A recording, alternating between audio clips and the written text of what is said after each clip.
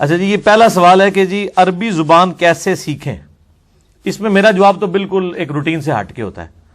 میں یہ کہتا ہوں کہ عربی سیکھنے کو آپ سیکنڈ پرائورٹی کے اوپر رکھیں. پہلی پرائورٹی یہ ہے کہ جنہوں نے پہلے یہ پہیہ ایجاد کیا ہوا ہے، ویل انوینٹ کیا ہوا ہے، اس سے آپ استفادہ کریں. عربی سیکھتے سیکھتے مر ہی نہ جائیے گا کہیں، کیونکہ لوگ اسی میں اپنی زندگیاں گزار دیتے ہیں کہ جی میں پہلے خود عربی سیکھوں گا، پھر میں ترجمہ کروں گا، پھر میں قرآن کو سمجھوں گا. میرے بھائی، آپ سیکھ کے سمجھ کے بھی کریں گے، پھر بھی آپ کی سمجھ کو کسی نے نہیں ماننا. نہ آپ اس سے دعوت کا کام کر سکتے ہیں، نہ آپ اس دعوت کو کسی کے سامنے رکھ سکتے ہیں.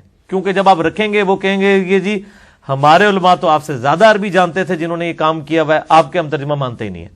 تو میرا پوائنٹ آف ویو بالکل ڈیفرنٹ ہے. مسئلہ نمبر 170 میرا ریکارڈڈ موجود ہے، اس کا ایک کلپ بھی لادہ سے چڑھا ہوا ہے. قرآن حکیم کی 8 ٹرانسلیشن، یعنی قرآن حکیم کے ترجموں میں تبدیلی کا دھوکہ. یہ بھی آپ یوٹیوب پہ لکھیں، مسئلہ 170 لکھیں تو میری وہ تقریباً 1.25 گھنٹے کی ویڈیو کھل جائے گی، جس میں میں نے بتایا کہ علماء نے قرآن سے دور کرنے کے لیے شیطان نے ان کو کیسے استعمال کیا انجانے میں نہیں کہتا بدنیتی پہ کیا ہوگا، کہ انہوں نے کہا جی قرآن جو ہے نا وہ ڈائریکٹ پڑھیں گے تو بندہ گمراہ ہو جاتا ہے، پھر ترجموں میں بڑی تبدیلی ہے. آپ جس مسلک کے ہیں نا جی اسی مسلک کا ترجمہ پڑھیں. جہاں پہ کہیں تھوڑی بہت کسی نے ڈنڈی ماری ہے، وہ آپ کو قرآن پڑھ کے قرآن کا اسلوب، قرآن کا مزاج آپ کو خود سمجھا دے گا کہ یار یہ بات بدتی نہیں تھی، فلاں جگہ تو اس نے صحیح ترجمہ کیا ہے، یہاں پہ غلط کر دیا. ایک عام آدمی بھی جج کر لے گا. یہ میرا دعویٰ ہے. قرآن کی اللہ نے حفاظت کا ذمہ لیا ہوا ہے، اللہ نے خود ہدایت دینی ہے. میرے بھائی آپ نہ ٹینشن لیں. اگر سلمان فارسی رضی اللہ تعالیٰ عنہ کو اتنے مذاہب بدل کے جو ہے وہ ہدایت مل سکتی ہے تو آپ کو مل سکتی ہے. آپ ٹینشن نہ لیں.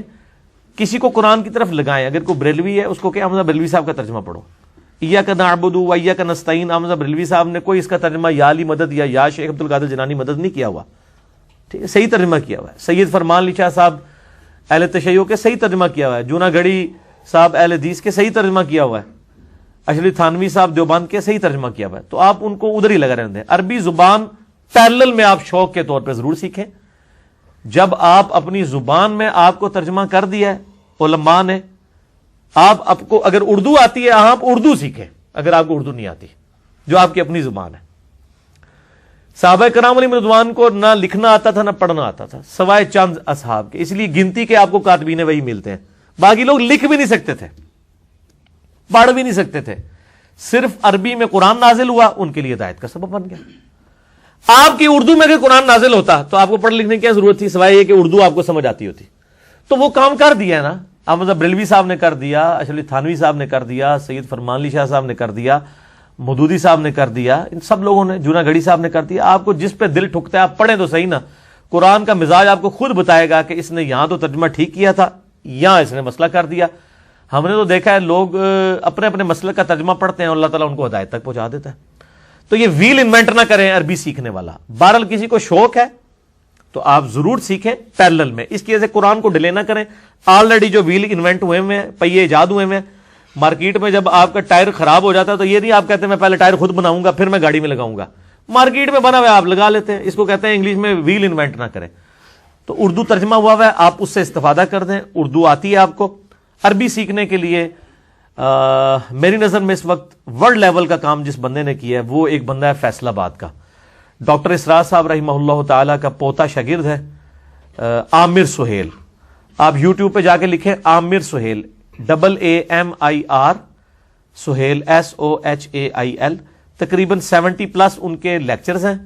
بالکل انہوں نے حروف تہجی سے عربی پڑھانی شروع کی ہے.